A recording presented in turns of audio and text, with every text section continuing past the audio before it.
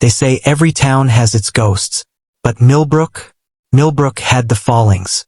Tucked deep in the damp, rolling hills of western Pennsylvania, Millbrook was the kind of place where the air always smelled like cut grass and furnace oil, and secrets were best left buried under nice lawns and freshly painted porches. With barely 3,000 people, the town was small enough to pretend nothing bad ever happened, and gullible enough to believe it. I only know about the Follings because my Aunt Lydia used to live next door to them. She was the one who first told me, in that smoke-cracked voice of hers, "If you ever hear a baby crying in an empty house, don't go checking. Just walk faster." Howard and Margaret Folling moved into town in the spring of '78, rolling up in a shiny black sedan that didn't belong on a gravel road. They bought that giant, rotting Victorian on Elm Street, the one everyone called the haunted house on the hill. The thing had been empty for a decade, peeling wallpaper, dead ivy, a bat problem that would have qualified for federal aid. But the Follings had money, old Pittsburgh banker money, and Margaret had a smile that made you feel like you'd just been graded and failed. They renovated it, of course, gutted the inside, scrubbed the history right off the walls. By winter, it looked like a magazine cover, not a cobweb in sight, the kind of place that smelled like lemon polish and distant regret. "They were lovely," said Elaine Winters, who lived across the street for 20 years. Howard wore a tie to check the mail. Margaret always had her hair done, even on Tuesdays. But you know what they say about people who try that hard to look perfect. They're usually hiding something disgusting underneath, like a mold problem, or a basement full of screaming. According to public records, Howard and Margaret couldn't have kids. Something about a series of unsuccessful attempts, which is bureaucratic code for months of screaming into pillows and avoiding baby showers. Margaret, a former pediatric nurse, because of course she would just sit on that front porch for hours, watching the neighborhood kids like she was memorizing them, like she was picking one. And then came the baby. Summer 1980. They announced they'd adopted a baby boy, James. Community lost its mind. Surprise baby shower. Blessing ceremony. People baked casseroles like they were competing for God's approval. James was adorable. Bright eyes. Big smile. He was the kind of baby that made you forget all the dark stuff you couldn't quite put your finger on. But Margaret wouldn't let anyone hold him. Not even at church. Clara Jenkins, who went to St. Luke's with them, told me, when Pastor Williams asked to hold James for the blessing, Margaret froze, like an animal that heard a gun cock. Howard had to whisper something in her ear to get her to move. And even then, she didn't let go. She hovered, breathing down the pastor's collar like she'd snatch James back if he blinked wrong. We all thought it was just new mom nerves. But later, when I found her journal tucked behind the nursery vent, that excuse got a whole lot harder to swallow. "I've seen him in the window again," Margaret had written. "The one with the hollow eyes. He said we took the wrong one. That we owe a debt now." So yeah, that was probably the first red flag. But in Millbrook, red flags were just something you waved at the 4th of July parade. By the time I was old enough to ride my bike past the Falling house without crying, they had 5 kids. Started with James. Then came Elizabeth. Then Thomas. Then Catherine. And finally William. 5 adopted children in under 5 years. In a town like Millbrook, that was either a miracle or a glitch in the system. And if you've ever dealt with Pennsylvania's adoption process, which moves at the speed of dried paint, you'll know which one it wasn't. But no one asked questions. Because when a rich couple in a big fancy house says they're rescuing children from the system, you nod. You smile. You hand them a pie and you shut the hell up. They were seen as saviors, said Detective Richard Cooper, who eventually dug through the rot. Wealthy, clean, connected. Who would dare question it? And he's right. You don't tug on Superman's cape. And in Millbrook, you didn't ask the Follings why their kids never went to school. Yep, homeschooling. That was Margaret's thing. Not that anyone ever saw her teach a damn thing. The kids were practically ghosts. No soccer games. No recitals. No awkward Halloween costumes. If you caught a glimpse of them at all, it was like spotting deer at dusk. Brief, still, and gone if you blinked. I remember my mom trying to set up a playdate between me and James. She called 3 times. Margaret always had a new excuse. James has a fever. James is studying the Civil War. James has developed an allergy to human interaction. After a while, we just gave up. And honestly, it might have stayed that way forever, if not for a tree. Summer, 1987. Thomas, 9 years old, fell out of a tree in their backyard. Snapped his arm clean. The kind of snap you feel in your teeth just hearing about it. Now, Margaret was a former nurse. You'd think that'd help.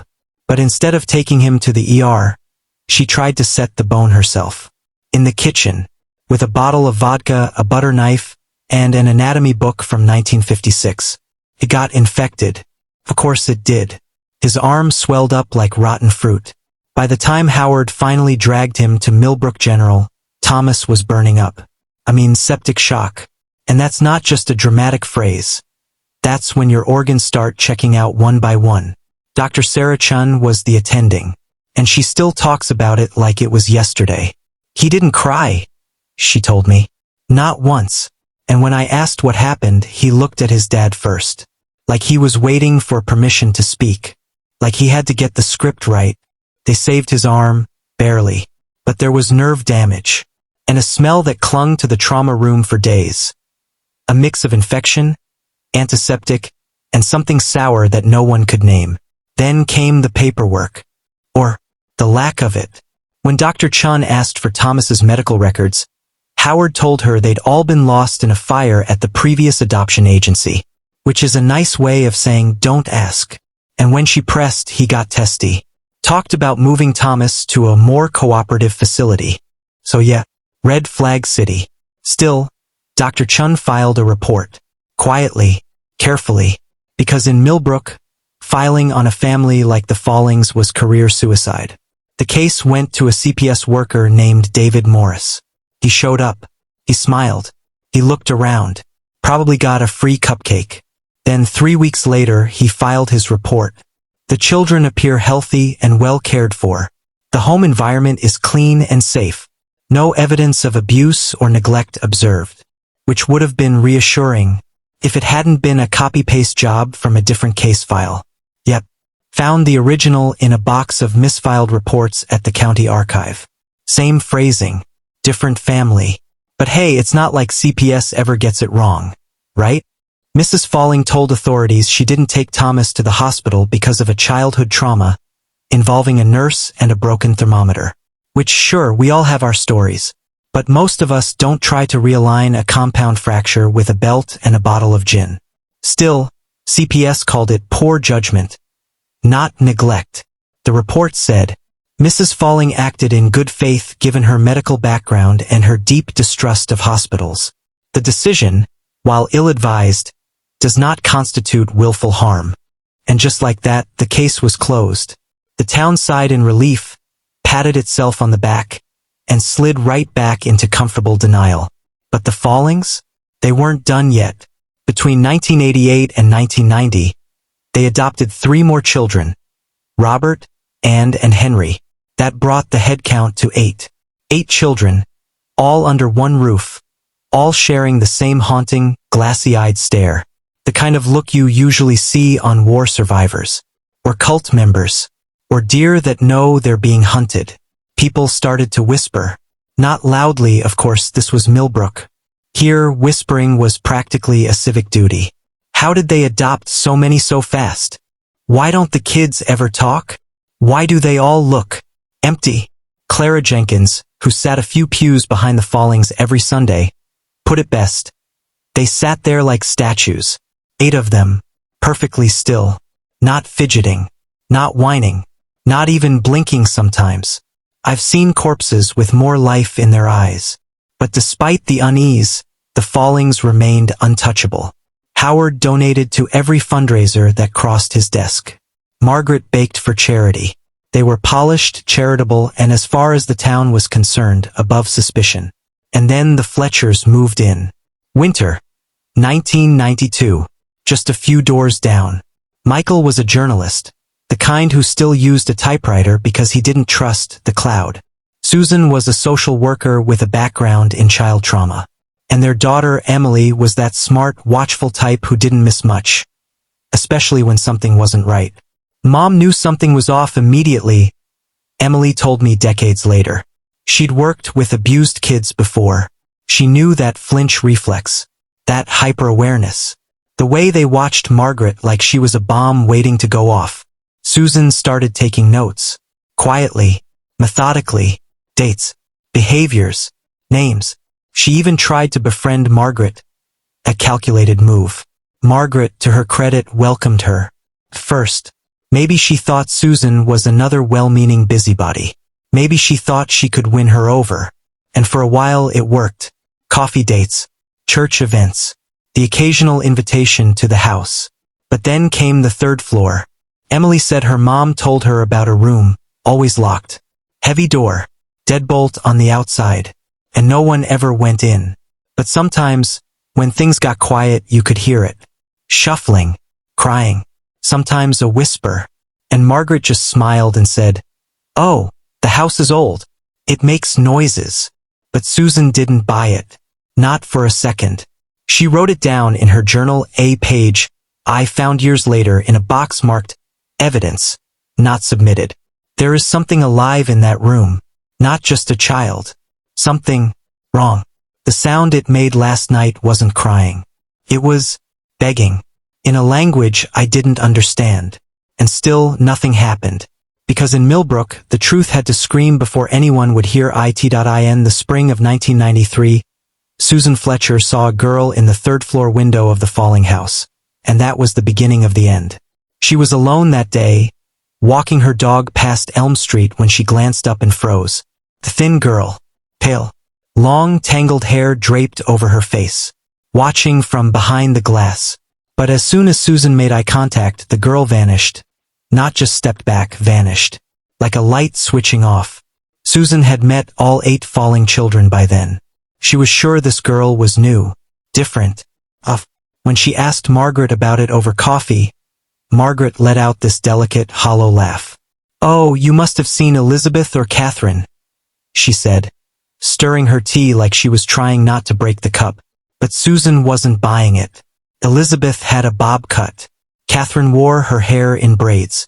Whoever that child was, she wasn't supposed to be seen. Around the same time, Michael Fletcher was digging into something else. A series of closed adoption agencies across Pennsylvania. Shady paper trails. Misplaced records.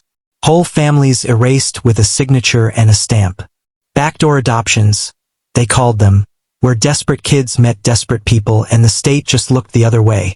Michael never named the Follings in his articles. The Gazette wouldn't have printed it without concrete proof. But Emily told me years later, Dad was nervous. He told Mom the timing matched. The agencies that got shut down. That's when the Follings started bringing in the first batch of kids. Funny thing, right after the articles dropped, the Follings announced they were adopting again. Twins this time, Peter and Paul, followed by a girl named Mary. Because of course they named them after disciples. That brought the total to 11. 11 children. All adopted. All in the same house. All barely seen in public. Detective Cooper, who'd later lead the case, explained it best. They'd exploit gaps in the system. Use different agencies across state lines. Recycle their own records as references. Request children with backgrounds that were messy, incomplete. The ones no one was counting carefully. It wasn't about money. The Follings had plenty. It wasn't even about reputation. At a certain point, they'd become too strange to admire. So what was it about? Some claimed Margaret just wanted a big family. Maybe she'd internalized some 1950s brochure about womanhood and decided to build her own silent army of children who would never leave her. Howard? He was harder to read. Detached. Quiet. The kind of man who let his wife speak for him in public. Who watched more than he participated. Who smiled in photos but never touched the kids unless a camera was around. Whatever the reason, whatever sick, twisted logic lived behind that front door, the truth stayed hidden until Susan got sick. Fall of '94, breast cancer. It hit fast. It hit hard. By spring, she was confined to bed. Hospice lights, plastic tubes, the smell of bleach and decay hovering like a curse over the house. And that's when she called him. She asked for me specifically, said Cooper, who back then was just a junior detective still learning how to hold a pen without shaking. I thought it was just another goodbye visit. But when I got there, she had this file sitting in her lap, thick, organized, pages and pages of notes. She had been documenting them for years. Photographs, contradictions in Margaret's stories, a timeline of adoptions that shouldn't have been possible, notes on the locked room, a shot of that third-floor window, grainy and gray, with a sliver of something human peeking through the curtain. "Promise me," she whispered. "You'll look into it, after I'm gone. Don't let them keep doing this." And Cooper, God help him, promised. But promises in Millbrook? They had a way of getting buried. Susan Fletcher died on June 12, 1995, quietly, in the same bed where she'd handed Detective Cooper the file that would change everything. No headlines, no statues, just a whisper and a promise left hanging in the room like old perfume. Cooper kept that promise. Slowly, carefully, because in a town like Millbrook, you didn't accuse the Follings without expecting consequences. They weren't just respected. They were sewn into the wallpaper of the place. Donations, charity boards, church. If you touched them, you were tearing at the town's skin. So he started with the paper trail. Property deeds, tax filings, sealed adoption records, which, by the way, were sealed so tight you'd think they were hiding state secrets. But Cooper found a pattern. 5 different agencies, 3 states, and one very curious habit. Every time the Follings adopted, they made a charitable donation to the agency involved. Legal? Technically. Normal? Not even a little. Then came the trust funds. On paper, they looked like a thoughtful gesture. Each child had one. But when Cooper read the fine print, it got ugly. The money would only be released when the child turned 25, and only if they maintained regular contact with the Follings and never sought information about their biological families. Let that sink in. It was about control, Cooper said. Every single piece of it. Even their inheritance was just another leash. So he got bolder. Started driving by the house. Started talking to people. Neighbors. Retired teachers who'd met the kids during standardized testing. Ex-staff if he could find them, which was rare because most of them had vanished. Not died. Not officially missing. Just gone. Quit suddenly. Left no address. No goodbye notes. Just ghosted. Which is hard to do in a town with 2 gas stations and 1 grocery store. But one name popped up. Maria Vasquez. Former housekeeper. Worked there in 1991 for just 6 months. Then disappeared like the others. Cooper tracked her down in a tiny Ohio town. Living under her maiden name. Working at a laundromat. At first, she refused to speak. Wouldn't even say falling. But when Cooper showed her Susan's file, she started crying. Then shaking. Then she said something he never forgot. So someone else knows. Someone else has seen. And then she started talking. According to Maria, the Falling children lived under what can only be described as a psychological hunger game. Rules that changed daily. Punishments that didn't match the crime. Total isolation. No touching. No talking without permission. Separate bedrooms. No entry into each other's rooms, ever. And they weren't allowed to call them mom or dad. It was always sir and madam. Like they were employees. Or servants. Or property. But the worst part, the part that made Maria leave without even collecting her last paycheck, was the 3rd floor. She wasn't allowed up there. Ever. But she had to bring food to it. 3 times a day. Set it on the floor. Knock. Walk away. She never saw who took the trays. But she heard them. Voices, she told Cooper. Children's voices. Sometimes crying. Sometimes singing to themselves. One of them kept humming the same lullaby over and over. Like they were trying to remember what it felt like to be safe. When she asked Margaret about it, Margaret just smiled. Said they were special needs children who needed strict containment. For their own protection. The house is old, she'd say. It echoes funny. That was her answer for everything. But you can only blame creaking floors and drafty windows for so long, before the screaming starts to sound real. Maria Vasquez finally left the Falling house after something she still won't talk about without crying. It wasn't the locked rooms, or the singing, or the whispered names that no one ever spoke twice. It was what Margaret did to James. He was 11, said a sentence at dinner. That's it. He spoke without being addressed first. The punishment? Margaret made him stand in the corner. Not for an hour. Not until bedtime. All night. No blanket. No food. Just a bare wall, a cold floor, and a woman who checked on him every hour to make sure he hadn't moved. I heard her slippers in the hall, Maria told Cooper. Every hour, like clockwork, just to make sure he was still standing there. Like a prison warden watching a clock die. Maria packed that same night. Didn't even wait for sunrise. She left her uniform hanging in the closet and disappeared into the fog with 2 suitcases and a mouthful of secrets. She wasn't just scared of losing her job. She was scared of the Follings. What they'd do if they knew she disapproved. What they'd do if they knew she'd seen. With Maria's testimony and Susan Fletcher's file, Cooper had enough to go to his boss. He expected support. Instead, he got a lecture. Chief Raymond Wallace told me to drop it, Cooper said. He said there wasn't enough. Said I was letting my grief cloud my judgment.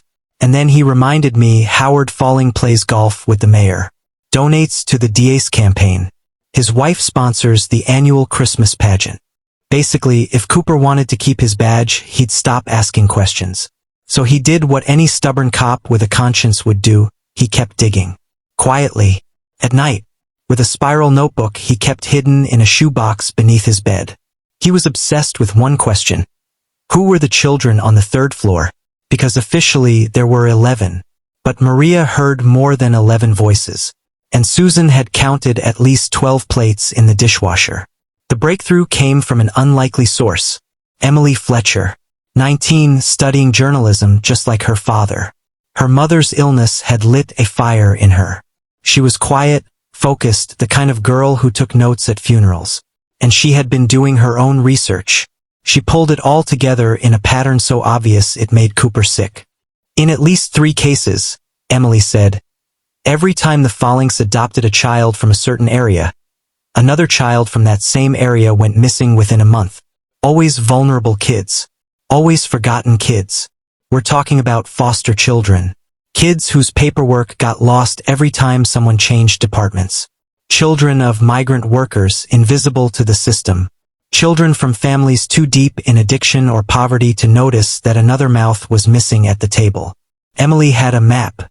Pins and strings. Headlines clipped from obscure local papers. Boy 6 disappears after leaving church picnic. No leads in missing girl from border shelter. Runaway. Authorities unsure about vanished teen from group home. It wasn't just coincidence. It was logistics. Someone had been hunting children who wouldn't be missed. And the house on Elm Street, it wasn't just a home. It was a funnel. Children who might not be missed right away. That's the phrase Emily used. Not abandoned. Not forgotten. Just quietly erased. The kind of kids whose disappearances wouldn't make headlines, or even a local flyer taped to a telephone pole. Emily shared her findings with Cooper, who dug deeper using his access as a cop, 1 foot still inside the machine that had ignored these kids for decades. Every child Emily flagged had vanished without a trace, he said. And in every case, the investigation was barely a footnote. No canvassing, no dogs, no press conferences, just shrugged shoulders and a closed file. Disposable. That's how the system saw them. Armed with the full scope, Vasquez's testimony, Susan's files, Emily's map of broken childhoods, and his own exhaustive notes, Cooper skipped the politics and went straight to Lisa Harper, a former colleague now working with a state-level task force on crimes against children. Harper didn't laugh, didn't minimize. She read every word. And within a week, she had a warrant in hand. But getting the warrant was the easy part. Serving it would be a goddamn siege. If the Follings got wind, they'd burn everything, Cooper said. Evidence. Records. Maybe even themselves. And worst of all, the children. Harper assembled a quiet storm of professionals, state troopers, federal agents, DOJ specialists from the Child Exploitation Unit. Cooper was brought in as a local liaison. The plan? Hit the Folling estate at dawn. Catch them half asleep, teeth unbrushed, lies not yet rehearsed. October 23, 1995. Cold morning. Fog thicker than milk. The convoy rolled up Elm Street in silence. Tires humming on frosted asphalt. Radios down. Guns loaded. A line of unmarked vehicles creeping toward a mansion that looked like it had grown from the soil like a tumor. Cooper still remembers the smell. Damp leaves. Wood smoke. The kind of morning that smells like a funeral long before you know who died. They secured the perimeter. Knocked. Howard Folling opened the door in a silk bathrobe like it was just another Sunday brunch. He was expecting us, Cooper said. Didn't blink. Just smiled like we'd shown up early for a reservation he'd made weeks ago. Inside it was quiet. Too quiet. No barking dogs. No footsteps overhead. Just the hum of a furnace and the subtle, sickly sweet smell of lavender floor polish. The kind used in funeral homes. Margaret wasn't so composed. The moment she realized what was happening, she screamed like something had been ripped out of her. A high, splintering wail that froze everyone mid-step. She threw herself at one of the female officers. Nails out. Spitting. Had to be restrained. Screaming about rights, about my babies. About how they were ruining everything. They started the search. Room by room. Drawer by drawer. The 11 known children were all accounted for. But that's the thing. They were already awake. Already dressed. Sitting on the edges of their beds in identical postures. As if they'd been rehearsing this moment their whole lives. They looked like dolls, Cooper said. Eyes forward. Hands folded. No emotion. Like they were waiting to be graded on their performance. And that was only the beginning. They didn't react to our presence, Harper would later write in her report. Not with fear. Not with curiosity. Not even with that blank, nervous smile you see in most kids when strangers show up holding clipboards and guns.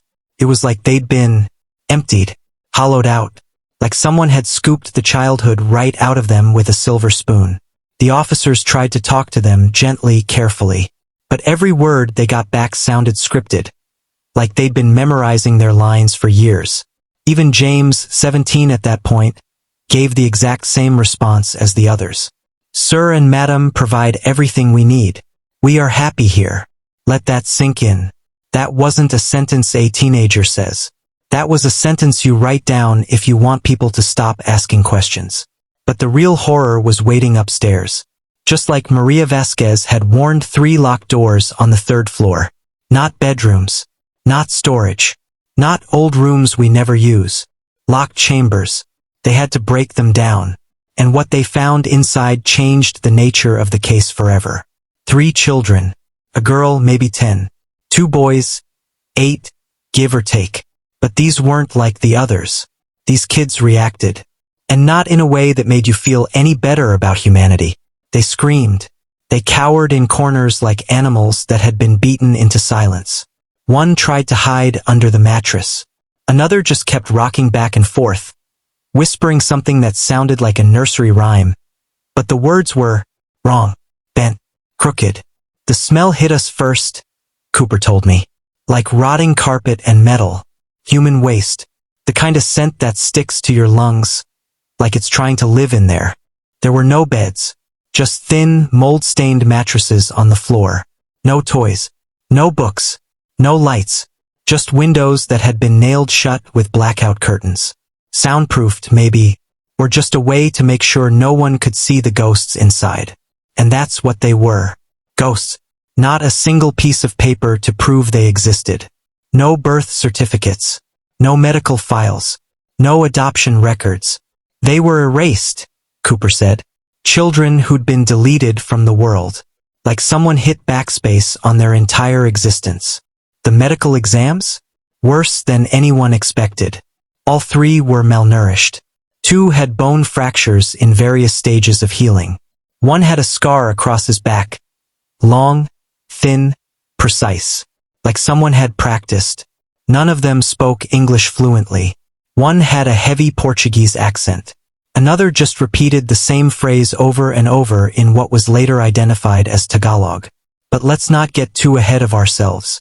The feds were called in within hours. The FBI, DOJ, CPS, and half the state descended on Millbrook like buzzards who'd finally been given permission to feast. Because this wasn't just child abuse anymore. This was kidnapping, human trafficking, fabrication of federal documents, and whatever else the Follings were hiding behind their custom curtains and smiling holiday cards. Howard and Margaret Folling were arrested on the spot.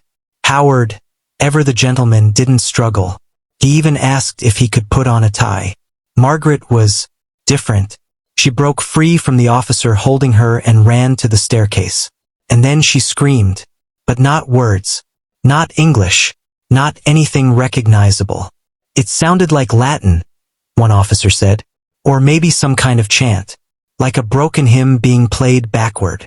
Later, a linguist identified it as glossolalia, speaking in tongues. Something seen in certain evangelical sects.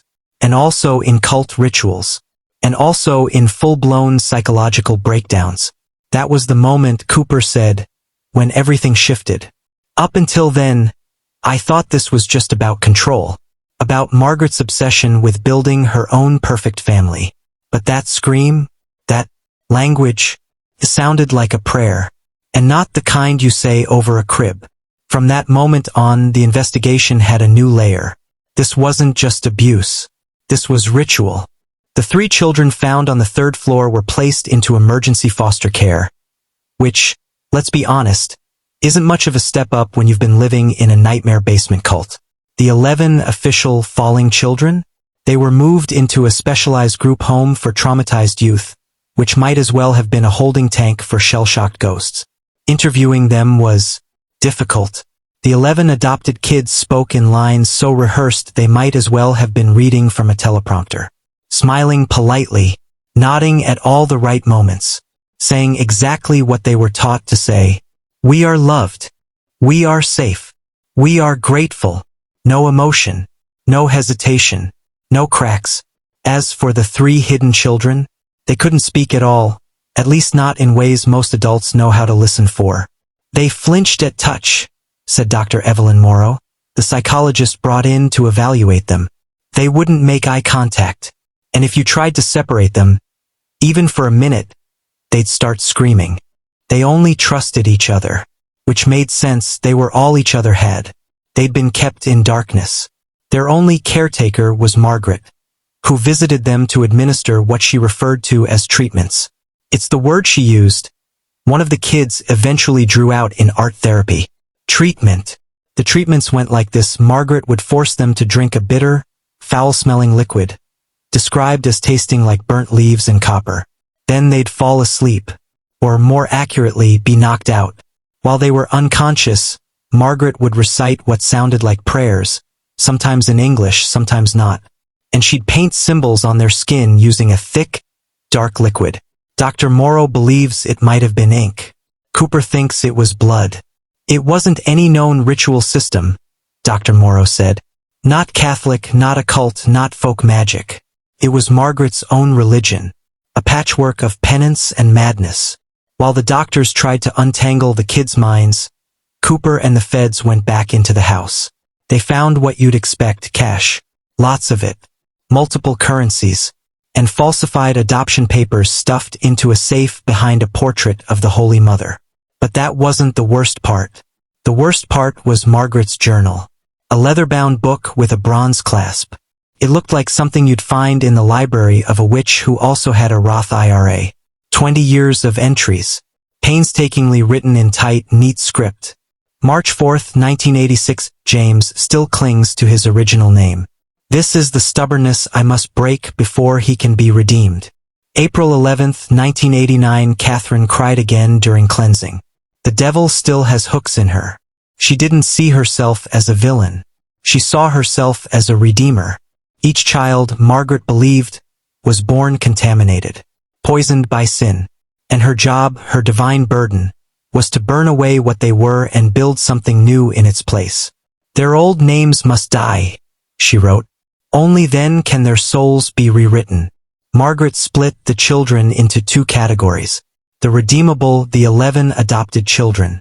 These were the ones she believed could be purified through daily discipline, emotional starvation, and religious indoctrination. And then there were the others, the vessels, the forgotten ones, the ones locked on the third floor, the ones used for something else entirely. According to Margaret's journals, that handwritten manifesto from the land of delusion, there were two types of children, the redeemable and the vessels. Guess which one you didn't want to be. The vessel must carry what the redeemable cannot.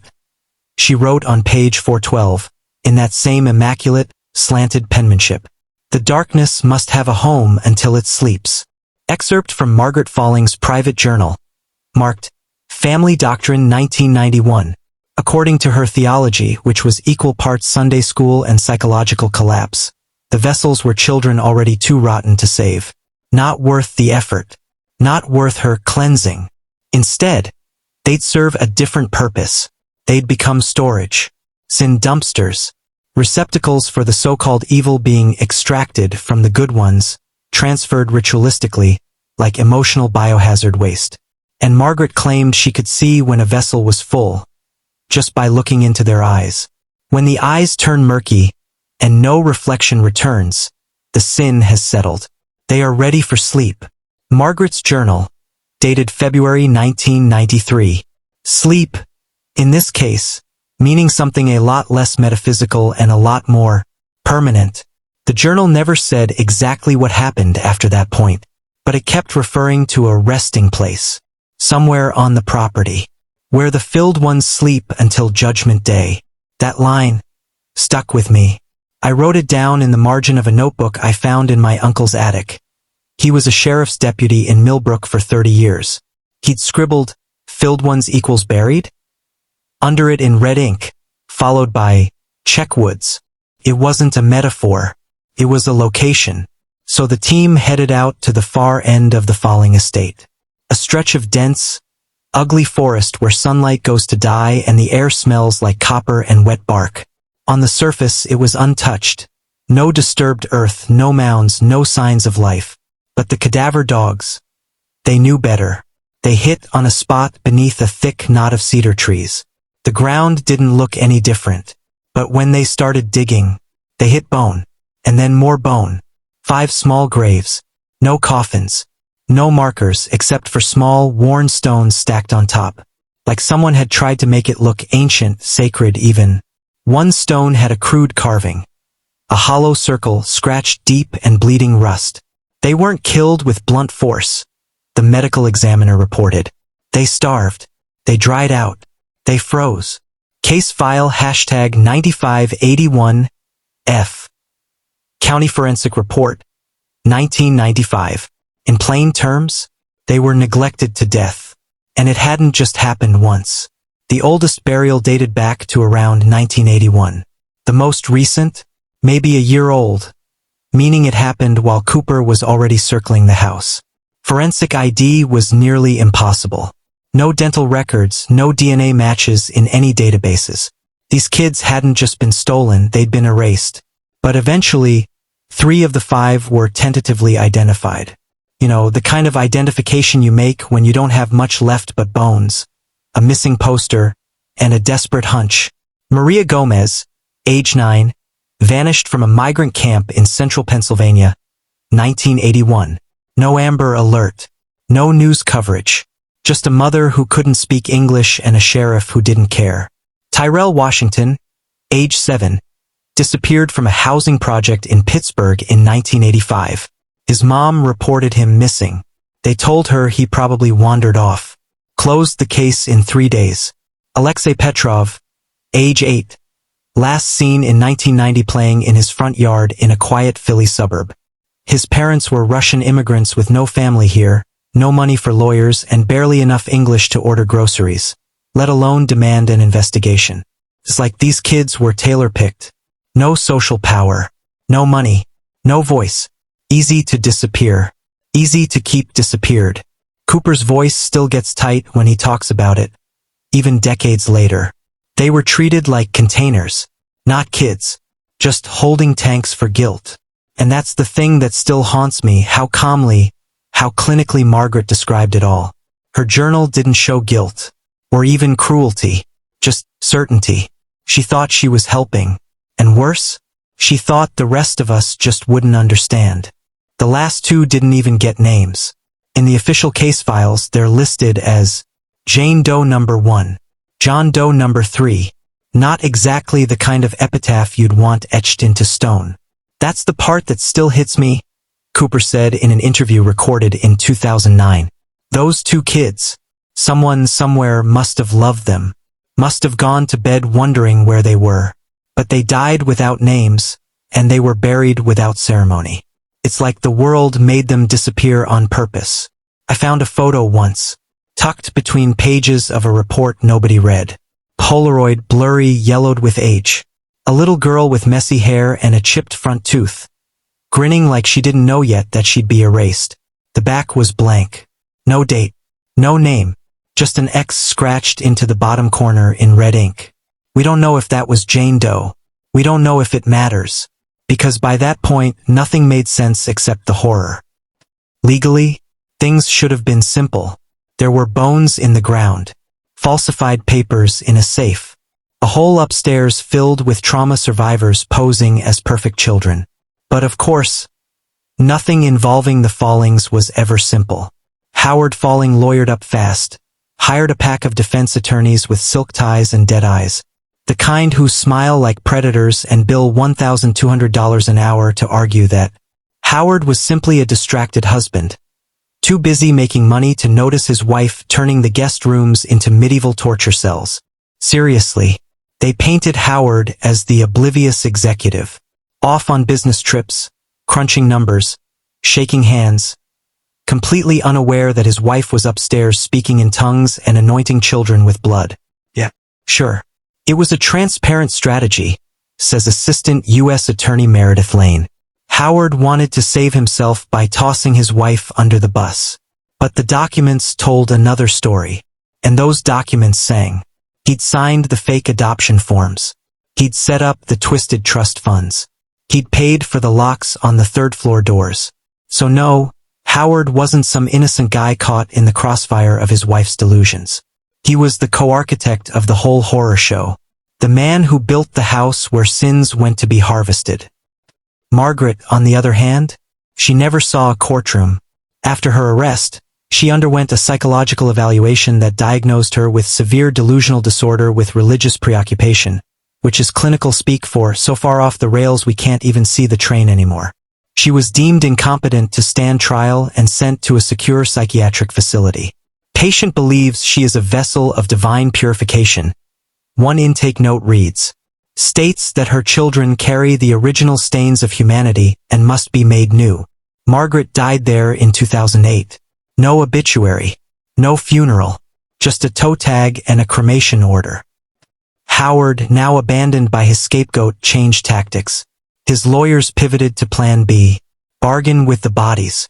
They offered information, details about more vessels. Kids whose remains weren't found on the Millbrook property. It was one of the hardest calls I've ever had to make, Lane said. We wanted to see him rot. But the thought of giving closure to even one more family, that mattered. So they cut a deal. Howard pleaded guilty to multiple charges. Kidnapping, child endangerment, falsification of federal records, and in exchange for his cooperation, he got 25 to life. Parole eligible after 20. Which, if you're wondering, is less time than you'd get for selling cocaine near a school zone. America's justice system, everybody. But Howard's cooperation paid off. Sort of. He led them to 3 additional burial sites, scattered across properties the Follings had owned briefly, just long enough to dig a hole and drop a secret inside. One in upstate New York, an old farmstead, now overgrown with weeds and silence. Another outside Harrisburg, a crumbling summer cottage with no plumbing and too much history. The last in West Virginia, land Margaret had referred to once in a letter as our place of cleansing. In each site, investigators found remains. More small bones. More partial skeletons. More children without names. How many? I asked one agent off camera. He didn't answer, just stared down at the floor and said, "Too many to sleep well at night." If there's a moral here, it isn't about justice. Justice left this story a long time ago. Maybe the point is simpler. Some monsters look like Sunday school teachers. Some houses are built on graves, not foundations. And some children are forgotten on purpose because the system makes it so easy. 3 years after the Follings were arrested, the headlines faded. The estate sat empty, like a carcass picked clean by the justice system, and the town of Millbrook politely resumed, pretending it hadn't hosted a cult disguised as a Christian family unit. But the kids? The kids didn't get to move on. Elizabeth Falling developed severe anorexia by 19. She spent more time in residential treatment centers than in her own apartment, assuming she even has one now. Her therapists say she struggles with body control rituals, a phrase that sounds clinical until you realize it means she punishes herself for eating. She still hears Margaret's voice, Dr. Morrow told me in 2011, telling her that flesh is weakness, that hunger is holiness. Thomas, remember him? The boy whose broken arm accidentally kicked the whole investigation into motion? He turned 18, walked out of his foster placement, and vanished. Not a postcard, not a text, nothing. It's as if he cracked the code on becoming invisible and decided to disappear before the world did it for him again. Some of the younger Follings were eventually adopted. A few even smile in photos now, birthdays, holidays, pretend normalcy. But more than half aged out of the system. The damage was too deep, Dr. Morrow said. You can't just throw these kids into therapy and expect a hallmark ending. They were taught that pain was proof of worth, that the more they suffered, the purer they became. And that kind of theology doesn't leave quietly. It clings, like mildew behind drywall. You might not see it right away, but the house still stinks. The only real light in this story comes from the children who were never supposed to be found alive. Sofia, Mateo, and Carlos Herrera, the hidden ones from the 3rd floor, were eventually identified and reunited with their family. Their real family. They'd been taken from a migrant camp outside San Diego. Their parents, Luis and Marisol, filed a missing persons report the same night they vanished. But the local cops? Well, let's just say their effort level was low. Migrant families move around. They probably just left town, the report read, as if the disappearance of 3 children at once was a clerical error, not a kidnapping. By the time Cooper pieced it all together, Sofia was already described in Margaret's journal as nearly filled. Let that phrase settle in your stomach for a second. Her eyes have begun to cloud. She accepts the darkness with grace. I will cleanse her fully on the 21st. Excerpt from Margaret's handwritten journal, dated just 3 weeks before the raid. If they had waited even one more month, Sofia would have been in a hole in the woods, beside Alexei, beside Tyrell, beside Maria. When they found the Herrera kids, they didn't speak much, barely whispered, really, but they clung to each other like lifelines. They reacted to strangers like stray animals, one social worker told me, flinching, hiding their faces, refusing to be touched. But when one of them cried, the others would crawl into the corner beside them. Every time. It took almost a year before Sofia could sleep without a light on. Carlos couldn't walk into a church without vomiting. Mateo once tried to bury a plastic doll in the backyard, so its soul could escape. Those aren't tantrums. They're trauma. And yet, they survived. Unlike the others. Unlike Jane Doe number 1. Unlike John Doe number 3. And honestly, that survival feels like defiance. Like the last piece of truth left standing in a story built entirely on lies, paperwork, and polished Sunday smiles. So no, this isn't a redemption arc. It's a record scratch in the middle of the hymn. It's a reminder that evil doesn't always wear a mask or lurk in alleyways. Sometimes it opens its home, adopts 11 children, and installs blackout curtains on the 3rd floor. Because monsters love paperwork. And they know the system's too tired to check the attic. Howard Falling's cooperation, if we're still calling it that, ended where his property lines did. 3 burial sites. 5 confirmed bodies. 3 more recovered. And then he went silent. Helpful, sure. Heroic? Let's not get carried away. He gave just enough to shave a few years off his sentence. And not 1 syllable more. He said he couldn't recall any other properties, Cooper told me once. Funny, considering he used to keep spreadsheets for everything. He had a ledger for his bonsai collection, but somehow forgot where he might have buried extra children. So yeah, there's a very real possibility that there are still bodies out there. Children, vessels, whatever word helps you sleep. Unmarked graves tucked into forgotten fields. Bought, buried, sold again. Cooper's retired now, technically, but you wouldn't know it from the way he still revisits the old boxes. Files with curling edges. Photos sealed in plastic sleeves.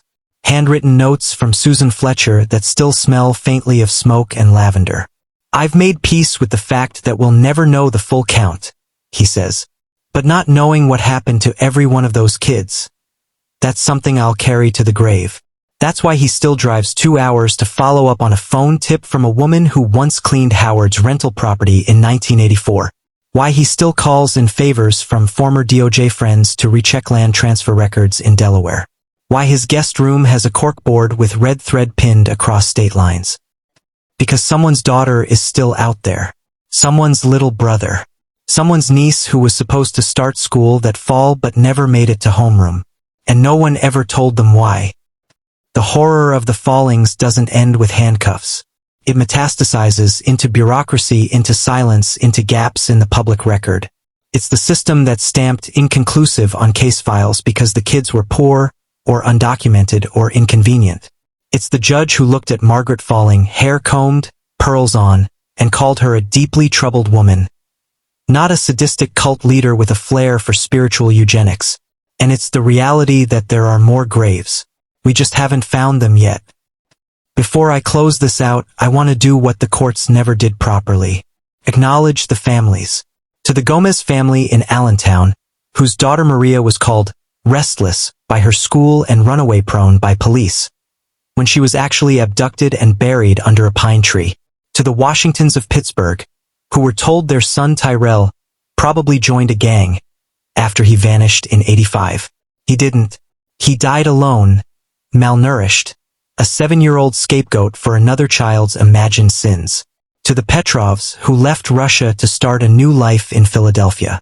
Their son Alexei disappeared from their front yard. He was 8. He liked dinosaurs. He didn't even know what vessel meant. And to Jane Doe number 1 and John Doe number 3, we still don't know your names. But someone once braided your hair. Someone once packed your lunch. And you deserved a future. Not a number. Not a ritual. Not a footnote. Found in the margins of Margaret's journal. When the vessel breaks, the evil sinks into the soil. The redeemables must never know. Too late for that, Margaret. Too late. This story doesn't end with justice. It ends with unanswered questions. And a shovel. Because somewhere, the ground still hides children who were never supposed to be found. And as long as that's true, Cooper's not putting down the spade. And neither are we. The thing about Margaret Folling, the thing that still makes seasoned profilers sigh and mutter, "Oh God," her, is that she didn't invent horror from scratch. No, she borrowed it. Stitched it together from old theology, rural superstition, and what I can only describe as psychological compost. Rich, rotten, and disturbingly fertile. Let's break it down. The concept of sin? Check. Purification through suffering? Check. Ritual cleansing? Naturally. But the way she combined them, that was all Margaret. Imagine taking the book of Leviticus, a 1970s medical textbook, and your childhood fever dream about Sunday school, and throwing it into a blender. That's where her doctrine began. According to Dr. Paul Montgomery, former theological consultant for the DOJ, and the poor soul who had to read every page of Margaret's journal, her practices don't align neatly with any known religious tradition. It's like someone skimmed through Christianity, misread Catholic guilt, ignored the New Testament entirely, and then made up the rest in a farmhouse basement, he said. Which, ironically, is probably exactly what happened. Because if you dig back far enough, you end up in Phelps, Minnesota. Yes, That's the actual name of the town. Population, dwindling. Vibe, don't make eye contact after sunset. Margaret Phelps, before she became Mrs. Folling, mother of the Redeemables, was born there in 1945, the second of 5 children to a couple known only as very private and not quite right in the head. Charming. Neighbors say the Phelps family didn't attend the community potlucks. They didn't send their kids to school. And at least one witness claimed to have seen the Phelps children standing barefoot in a circle behind their barn, while someone, probably the mother, poured salt around them. They said it kept the spirits out, recalls Norman Reed, now 89, who lived 3 miles down the road. Or in. Can't remember which. No one ever proved anything, of course. This was the kind of town where people whispered instead of reporting, and by the time Margaret turned 18, she'd had enough of whatever was going on behind that sagging screen door. She left for Minneapolis to study nursing, severing ties so completely it was like she'd fled a cult. No calls, no visits, no family at her graduation. Just a neat signature in the school register and a stated preference for pediatric rotations. Drawn to children, as one instructor put it, with a kind of intensity. The problem with intensity is when it curdles, it doesn't just rot, it ferments into something potent. Something Margaret would later lace with scripture, wrap in linen, and call love. Inside her journal, leather-bound, because of course it was, Margaret writes this: "The vessels are chosen not for what they are, but for what they can hold. Their capacity for suffering makes them sacred." So yeah, there's your nursery rhyme, rewritten in blood and penance. A theology tailor-made by someone who was never allowed to speak during dinner, then spent 30 years punishing children for trying to do the same. And here's the part that sticks with me. One of the rituals she designed, repeated dozens of times, always in the same order, involved bathing the vessels in ice water, binding their wrists, then whispering psalms backwards into their ears. If they cried, the sin had not been extracted. If they remained still, they were one step closer to purity. According to one recovered treatment log, yes, she kept logs, the ritual had a 17% success rate. Her words, not mine. What's truly terrifying isn't that Margaret believed this. It's that no one stopped her. That she got licensed as a nurse. That she adopted children across state lines. That she buried 5 bodies before anyone noticed she had more bedrooms than registered dependents. Look, I found this case file in my uncle's attic.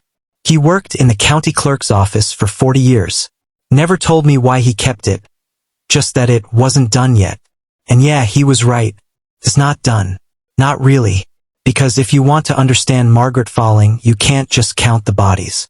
You have to follow the belief system she built to justify them.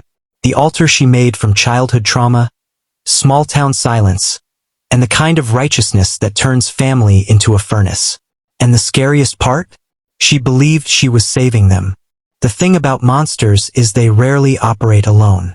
There's always someone holding the flashlight for them. In Margaret's case, it was Howard. Soft voice, crisp collar. The kind of man who knew the difference between a stock split and a shattered psyche. Margaret was the fire. Howard brought the gasoline and made sure no one smelled the smoke.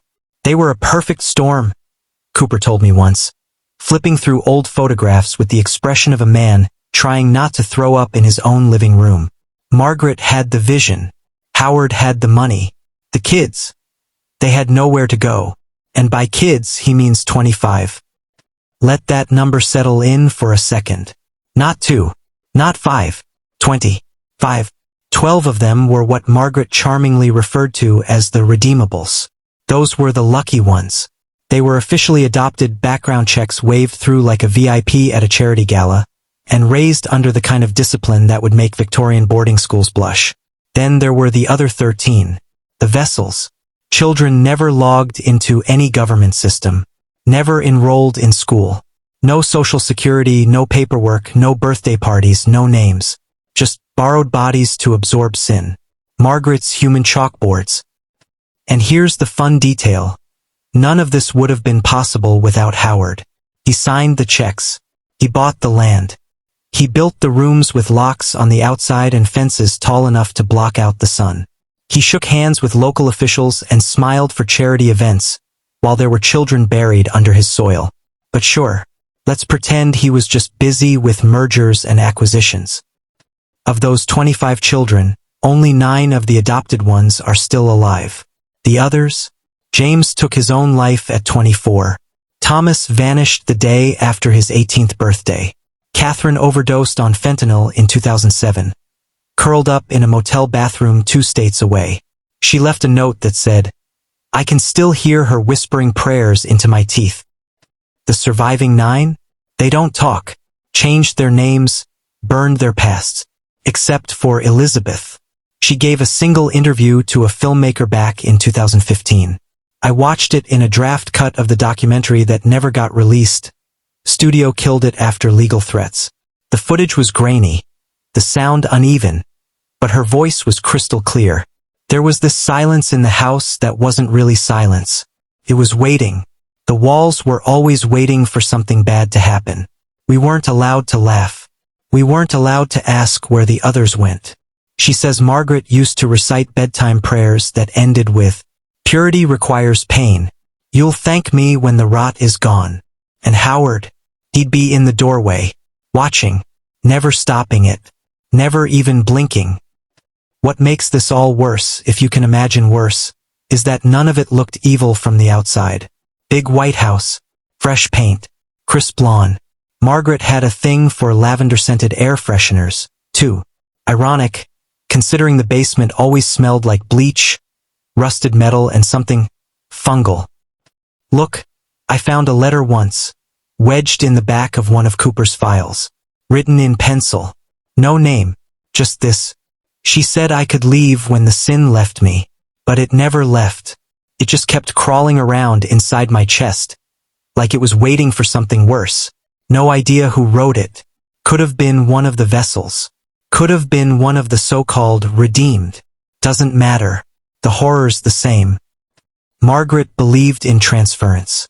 Howard believed in optics. And in between those beliefs, 25 children were folded into silence. Some are still trying to piece together who they are. Some will never get that chance. And the question I keep coming back to is the one no one at the trial ever asked. If Howard and Margaret hadn't been caught, how many more?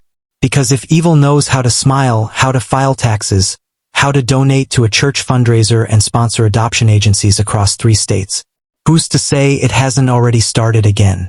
There's this moment in Elizabeth's interview, about 18 minutes in, where her voice just drops. Not louder, not sadder, just flatter, like something inside her clicks off mid-sentence. We were always afraid of disappointing them. Not hurting them, not angering them, disappointing, like a child failing a test or tracking mud into a clean hallway, except in this case the consequence wasn't a timeout. It was blood in a silver cup. They called them Sir and Madam, not Mom and Dad, not even the Follings. Sir and Madam, the kind of names you give to cult leaders or particularly unpleasant porcelain dolls. And the rules? Oh, those changed hourly. One day you could hum while brushing your teeth. The next day you'd be punished for spreading chaos. Margaret kept the household under what Dr. Evelyn Morrow would later call spiritual martial law. You didn't breathe unless she'd approved the rhythm. Elizabeth remembers the rituals. And yeah, I wish I could say disciplinary routines or psychological exercises. But let's call it what it was, rituals. Witchy, cult-flavored, gooseflesh-inducing rituals. She'd make us drink this tea, Elizabeth said. Bitter, black, thick like it had roots still floating in it. Then we'd have to kneel in this chalk circle she drew on the floor. She'd recite passages, long ones, in a language we didn't recognize. She'd touch our foreheads with a cold, wet finger. Sometimes, she'd make little cuts. Small. Just enough for blood. She kept a silver cup for that. Of course she did. In the Falling doctrine, if we're calling it that, children weren't just born bad. They were spiritual hazmat zones. Margaret believed their birth parents had infected them. That each child arrived on her doorstep carrying invisible rot, and only she could purify them. One former caseworker found a journal entry during the raid that read, "The sin is in the blood. If I cannot burn it out, I must drain it. Nope, not metaphor. She meant it. If the kids didn't accept the treatment, as she called it, there was a special punishment. A private tour of the upstairs hallway. Margaret would lead them one by one to a locked door with a little window. Inside, the vessels. Thin, gray-skinned, barely human shapes hunched in the dark. No toys, no sound, just blank, blistered faces and eyes like static on an old TV. Elizabeth said it best. They looked dead already, you know? Like the lights were still on but the person had long gone. She'd say, "This is what happens when sin takes over. This is what happens to the ones who resist the cleansing." It was horror as theology. Religion turned into psychological terrorism. And it worked. Not in the spiritual sense, obviously, but in the way trauma rewires the brain like faulty circuitry. The children became dependent. On Margaret, on Howard, on ritual and punishment and fear. She controlled everything, their food, their sleep schedules, their vocabulary. She was God. Howard was the silent angel of logistics. Dr. Morrow later described it as a closed system of total control. No outside opinions. No context. No contradiction. Just Margaret's voice echoing through every hallway, every dream, every cell in their bodies. When the state finally intervened, most of the kids still defended their abusers. It wasn't like they had Stockholm Syndrome, Morrow said. It was deeper, more surgical. These kids had no reference point for normal. They believed this was how families worked. That pain was proof of love. Some escaped, technically, but not really. James, one of the older children, hung himself in a halfway house 2 years after the rescue. He left a one-line note on the back of a library card. "I couldn't get the sin out." Others disappeared. Thomas walked away at 18 and vanished into the system. Catherine died in 2007. Body discovered behind a gas station in Harrisburg. Overdose. She was 28. The coroner said she had 6 healed-over incision scars on her left forearm, uniform, symmetrical. Like someone had once needed her blood to be measured. Elizabeth, now in her 40s, is the only one who talks. Sometimes. She still flinches when people say the word tea. She said in that same 2015 interview, "I didn't know I was allowed to have memories. Real ones. Not ones Madam gave us." She's had 8 therapists. 3 hospitalizations. Still wakes up hearing a woman's voice chanting something unintelligible in the dark. The tragedy of the Folling case isn't just the 13 dead. It's the 12 who lived, barely, carrying the ritual cuts beneath new names, in new cities, still haunted by prayers they never understood and sin that was never theirs. There's a particular smell that clings to old basements. Mold, wet drywall, maybe mouse droppings if you're lucky. But in the crawl space beneath the Folling estate, it was bleach. Overwhelming. Chemical. Almost proud of itself. Someone had tried to erase something. They'd scrubbed and doused and sealed it with concrete. But the scent still lingered like a guilty conscience. And the truth is, no matter how many bottles of Clorox you dump over evil, some of it just seeps into the foundation. Cooper still goes back to the files. He's retired now. Doesn't have to answer to anyone. But he says he keeps reading those old reports, case after case, because he's scared we're missing it again. Right now. Somewhere else. Probably not even that far away. It's the same pattern, over and over, he told me. Someone sees something, says, "That seems off," but then they shrug. "Not my business." Or worse, they report it and never check if anything changed. And nothing does change. Because the system is not just broken. It's exhausted, overloaded, bureaucratically sedated. You've got overworked caseworkers juggling 40 files at once and offices where printers haven't worked since the Obama administration. What's one more red flag when everything is already on fire? And guess which children slip through the cracks the fastest? Not the ones on the Christmas cards. Not the ones with Instagram-ready parents who coach soccer and go to PTA meetings. No, the ones the Follings targeted. Poor kids. Migrant kids. Brown kids. Kids in the system. The invisible ones. The ones nobody has time to look for, or worse, believes just ran away again. There's this one note I found, tucked inside an old intake file from 1984. Handwritten, faded, red pen. Child may be lying. Claims other kids live in the attic. No attic listed in floor plan. No further action. No further action. That kid turned up dead behind the garden shed in 1993. They think her name might have been Nadia. The Folling case is not folklore. It's not some dusty archive in a forgotten courthouse. It's a blueprint. Preview. A how-to manual for evil that knows no one's watching. Because the monsters aren't always wearing black robes or speaking Latin in a pentagram. Sometimes the monster has a landscaping business and a framed photo with the mayor. Sometimes the monster bakes for the church fundraiser. Sometimes the monster smells like aftershave and calls you champ. We don't miss these cases because we're blind. We miss them because seeing them would mean doing something. And doing something? That costs time, paperwork, and discomfort. So instead we say things like, "That's not my business. I'm sure the state's taking care of it. You know how those families are." And in the silence that follows, the rituals continue. The circles are redrawn. The tea is brewed. And someone's child disappears into a locked room with no windows. Cooper said it best. Sometimes the monster isn't in the closet. Sometimes it's at the block party. Sometimes it waves to your kid while backing out of its driveway. And honestly, if that doesn't make you want to check your neighborhood registry, I don't know what will. Where the Folling house once stood, that quiet, respectable colonial where so many children disappeared behind linen curtains and locked doors.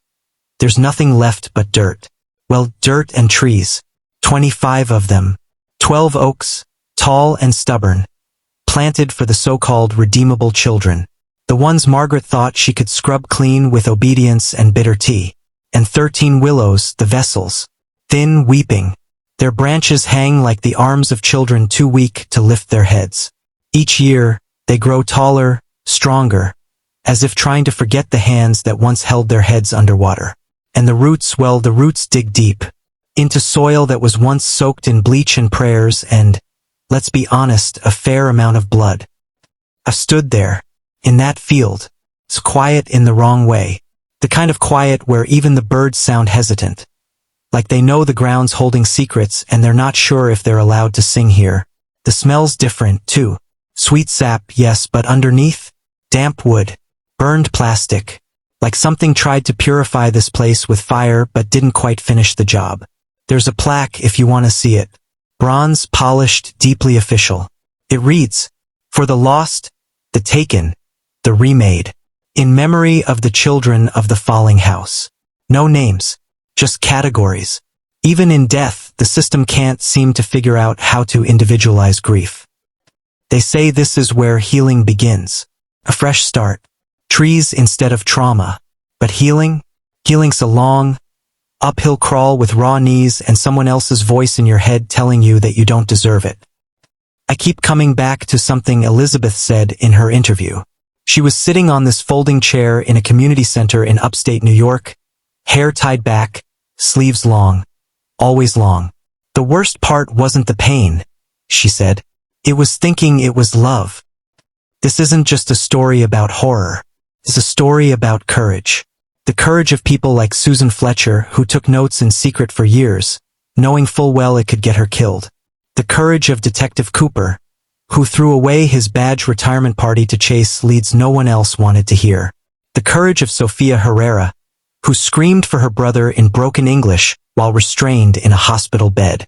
And yes, the courage of kids like James, who, in the end, couldn't survive it, but left behind enough truth in his silence to damn the whole house. The Follings built a cult and called it a family. They buried their sins in the bodies of children and convinced themselves it was divine work. The tragedy is that it took years, decades, for anyone to question the smell behind their picket fence. The miracle is that some of those children survived. Scarred, yes. Haunted? Definitely. But alive. And growing. Like those trees. Bent. But not broken. End of episode. But you already knew that this story doesn't really end. Not here. Not with a plaque. Not even with 25 graves. Keeps going. Because people like the Follings don't vanish. They just move to quieter towns and join the school board. Check your neighbors. I'll be back next week. Sleep if you can. Susan Fletcher. The quiet one in cardigans who typed her fears into the margins of church bulletins, then slipped them into donation envelopes. The first to say, "Something's wrong here," and one of the only adults in that house who didn't flinch from the truth. Maria Vasquez, the runaway the system tried to forget. They labeled her disturbed, unreliable. She ran from a nightmare and somehow found the strength to speak about it. In her journal, she wrote, "I still see the hallway, the one upstairs. It smelled like hot bleach and old meat. That's where the crying always came from. I knew if I stayed, I'd end up in one of those rooms. I still don't know how I got out." Detective Richard Cooper, a man whose coffee breath I still remember from the day he sat across from me and said, "I don't think we've even found all the bodies." He didn't stop, even when the department tried to shut him up. Even after retirement, when the files should have gone in a box marked cold, but instead sat open on his kitchen table beneath a coffee ring and a loaded .38. And then, the children. Elizabeth, who still can't sleep with the lights off. Thomas, who vanished the day after he turned 18, leaving behind nothing but a torn bedsheet and a spiral notebook filled with drawings of eyes. And the others, the ones who lived, some in name only. They carry the scars. Invisible ones, yes, but permanent. You can hear it in how they talk. Always carefully, like truth is a dangerous animal. And then there are the ones who didn't make it. Maria, 9, loved sunflowers, buried under a stone with no name. Tyrell, 7, could recite all the planets in order backward. Alexei, 8, last seen in his front yard wearing a Spider-Man shirt. The real kind with the sewn-in muscles. His mother kept it folded under her pillow until the threads turned gray. Lucia, Kwame, Tran, Sarah, Dimitri, and 5 more no names, just teeth, and scraps of clothing too rotted to trace. In the case files, they're listed as unknown juvenile remains, entries 6 through 10. But they existed. They laughed. They cried. They probably hated vegetables. And someone should have noticed when they were taken. What do you say after all this? That we learned something? That we're better now? We aren't. Not really. Because kids are still disappearing. Systems still fail. And polite monsters still tuck themselves behind good lawns and community donations. The Follings got away with it for 15 years. Not because they were smart, but because they were respectable.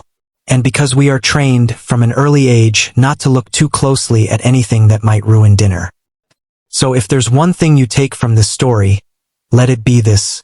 If something feels off, it probably is. Ask the uncomfortable questions. Knock on the wrong doors. And for the love of whatever you believe in, don't look away just because it's easier. Because monsters don't disappear when we stop looking at them. They get louder. That's it for this episode.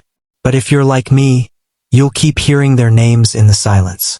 See you in the next one, if you make it that far.